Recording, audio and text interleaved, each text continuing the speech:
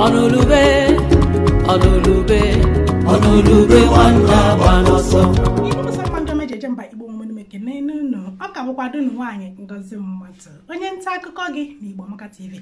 Igbo niile asị ka ha na-asụ na Igbo ka ọ maala anyị mma ise.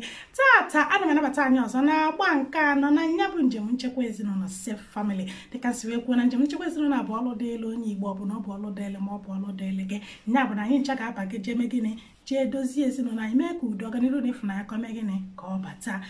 Anyị agụgọ n'iru kọwaa ihe bụ ezinụlọ dịka ntọala Igbo si wee dị. Anyị akwụgokwa ulu ọbala na anyị bụ ndị Igbo chi yala azụ practice be our family systems and values.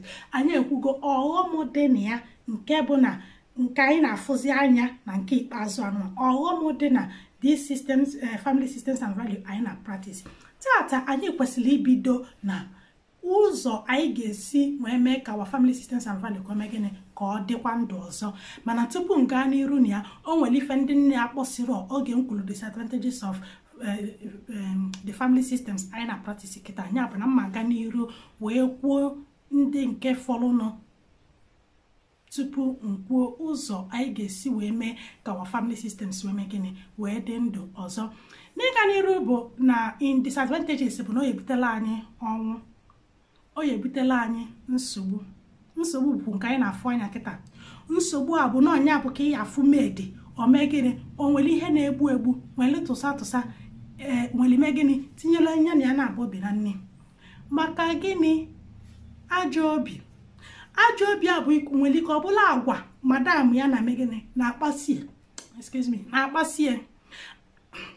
ajọ obi a nwere ike ọ bụrụ ka o si nwee nụ na ntị. O nwere ike madam ya na-akpasi ezigbo agwa, mana ka o si nụ na ntị esi eme gịnị esi etriti ndị maid ome gịnị o jilizi ome gịnị oke nkwụcha nya bụ kama ihe egbu ka ome gịnị ka o gbuo gị. Nsogbu ọ ga-ebutela anyị bụ na ị na-anya kịta ifu na ihe dị n'ịgba bọị kịta na omego gịnị na ọnwụọ na ya na-emesi gịnị anyị na-enyela ọnwa anyị aka.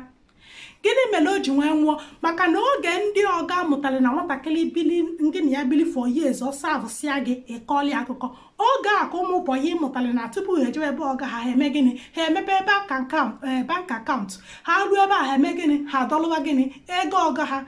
Nya bụ kama mma savụsị gị kọọlụ m akụkọ nsavụlụ gị luo haf mme gịnị ndọbili njeje me gịnị jee na ụlọ onwe m unafụlụ nsogbu dị na ya.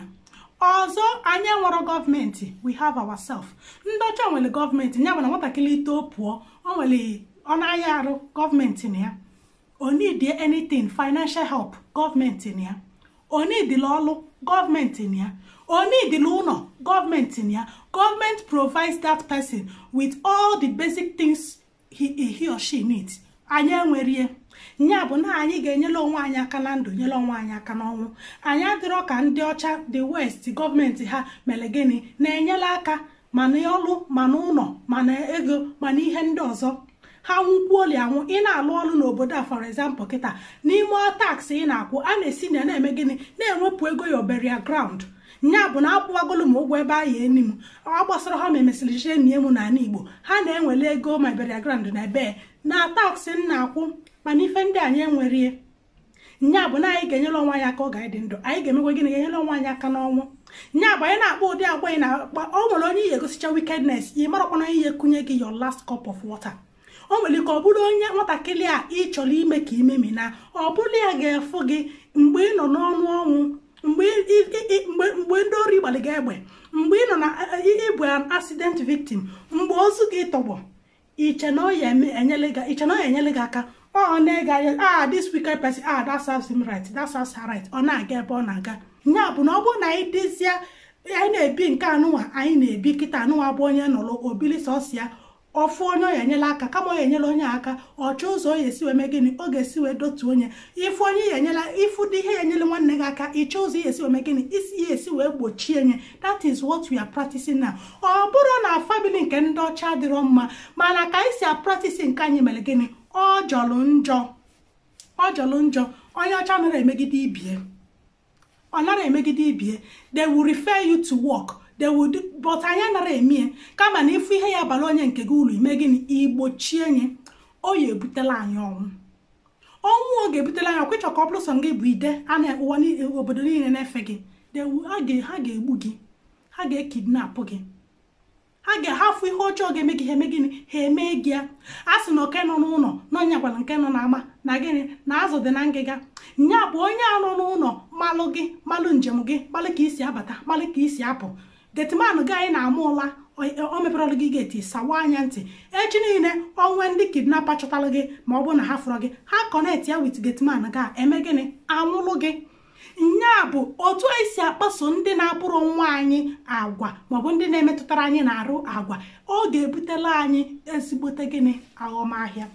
Vidiyo anụnwa etogo ogologo ka m gazie n'iru ịgwa anyị ihe ụzọ anyị ga-esi wee chịkọnata ezinụlọ anyị. Nke mbụ bụ asụsụ. Asụsụ dị mkpa. Inwe ike isi m ka ihe gbasara asụsụ na ezinụlọ. Asụsụ dị mkpa. Ihe asụsụ ji wee dị mkpa bụ na ọ bụrụ na ị na-asụsụ a ga-eme ga-eme ọmalị na onye a na onye a na o nwere ihe mere gịnị ihe jikọrọ anyị. Asụsụ bụ is what binds people together. Your culture and tradition bụ ihe mere gịnị is what binds people together.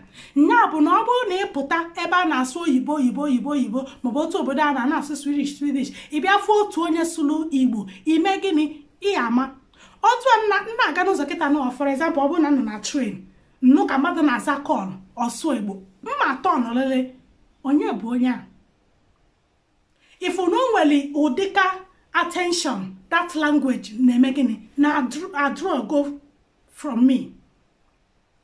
Onye mere asụsụ ji nwee dị mkpa. Ka m kọọla anyị otu akụkọ mebi ọbụla ebe a ka ọ bụrụ na asụsụ ka anyị ga-emechi tata. O nwere otu mbọsị I think few years ago nje Centrum nya bụ shopping mall ebe anụwa igo ihe. O nwere a lady njamụlụ ebe a. So oge njamụlụ ya ana m aza phone na-asụ n'Igbo m nọ. Ọ na-eke reklam bụ advert. So asụsụ ma ọ nụrụ o mee gịnị ọ kwụsị m nwanne m ka ekwenụ mụ na ọ na-ekekwe reklam mma sign maka datin ọ na-ekebe ihe a na sign asign nsị ya mana ma sign rọ ịwa m na mụ sign ya n'ọkwa ebe a ka o si enweta ọlụ nsign ya lịa maka because datin bụ ihe ya eme ka adị nwere ihe a bụ ndị UC that is ndị a na-enyere ụmụ ogbenye aka. So nsign ya lịa ka ọ nwee ike zọta position ya. Ọ bụrụ sọsọ na sign ya datin na ọ ga-sign ziri ya ọsị m anyị exchange number. The next thing bụ tupu na-analụ ọkpọọ m na fonu si m na ọ nwekwe na ihe ọ chọrọkwa m na ọ nwụrụkwa ebe ọ na-alarụ na o si Italy nwefata ebe na ọ na-alarụ o nwere ebe ndị na-enwere ebe ha na-alarụ o nwere ebe ya bụ ịkwụ ọnwa mpekele ụgwọ enye gị laruo in an open place ebe a ka ọ na-alarụ. Nsị a na-asụgbu adịrọ ka ngwa di m oge ngwali di m ome gịnị o kwete we brought her in and she lived with us for 2 weeks. Nọ na anyị osikwa ebe a na-eme gịnị na-aga ọrụ ifulu ụlọ asụsụ bara. Nya bụ na ọ bụrụ na ọ bụrụ asụsụ a one on a normal ground mmadụ aside anything na ọbụla ya eme ka ya na-enwere ego na akaụntụ m especially when I know na that na ana Igbo anyị. Secondly, ebe she needed help ebe ọ ga-alarụ which we were able to render. Ifulu ihe asụsụ ji eme gịnị dị mkpa. Gwa m na ọ bụrụ na nne na nna m zụrụ mana ma bụrụ onye na-asụ Igbo ma na-asụ Igbo a ọ ya anụ ya. Ọ bụrụ na nne na nna nke ya zụrụ ya na ọ nara asụ Igbo, will she be able to identify the language I am speaking? Will she be able to connect to it? Asụsụ bụ ụzọ anyị ga-esi wee mee gịnị wee chịkọta onwe anyị ya bụ Igbo ka anyị mee gịnị ka anyị chie nụ n'asụsụ anyị. Mma kwụsị ebe anụnwa oge ọzọ anyị ga-ebidokwa n'ụzọ anyị ga-esi wee mee gịnị wee chịkọlata ezinụlọ Igbo wee kwulie wee mee gịnị wee na-aga n'iru. Igbo nwe m ọ ga-adịkwanụ n'akwụkwọ n'ọnụ agụọ na m Igbo nwe m ọ ga-adịkwanụ mgbe ọzọ oge nga nọkwa ebe wepụtara n'ozi njem nchekwa ezinụlọ ka ọ dịkwanụ mgbe ọzọ ọ ka bụkwado ụnụ nwaanyị Ngozi Mmadụ. Igbo niile nọrọ mma ka emesịa.